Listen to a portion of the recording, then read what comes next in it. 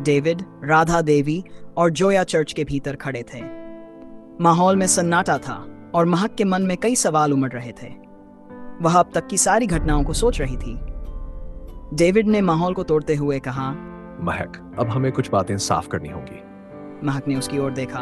क्या बातें डेविड?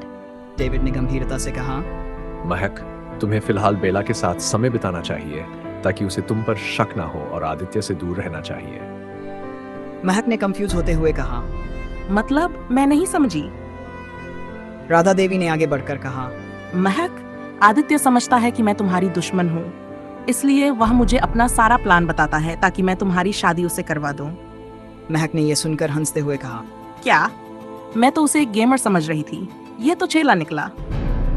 यह कहकर वह जोर जोर से हंसने लगी। जोया और डेविड भी मुस्कुराने लगे, लेकिन राधा देवी ने गंभीरता से कहा, महक, यह मजाक का समय नहीं है, हमें सावधान रहना होगा।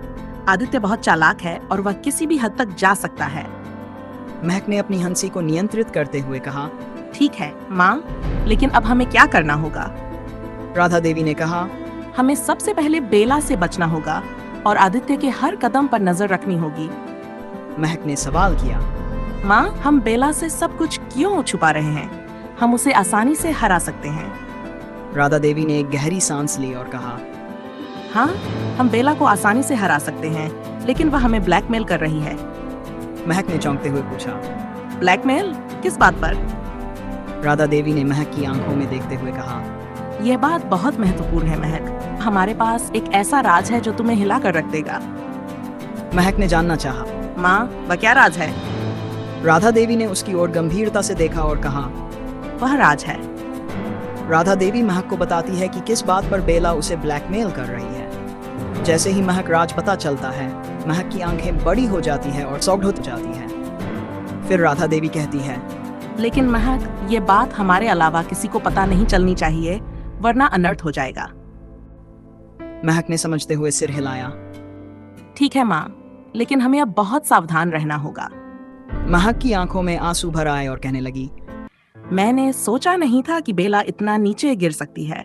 मैं उसे वह सजा दूंगी जो उसने कभी सोचा भी नहीं होगा। मैं अपने हर दुख और तकलीफ का बदला जरूर लूंगी। डेविड ने सहमति में सिर हिलाते हुए कहा, और हमें यह सुनिश्चित करना होगा कि तुम्हारी शक्तियां सही समय पर जागृत हो ताकि तुम बेला को हरा सको। महक ने आत्मविश्वास से कहा, ठीक है, हम सब मिलकर इस खेल को खत्म करेंगे। अब उनकी रणनीति तय हो चुकी थी।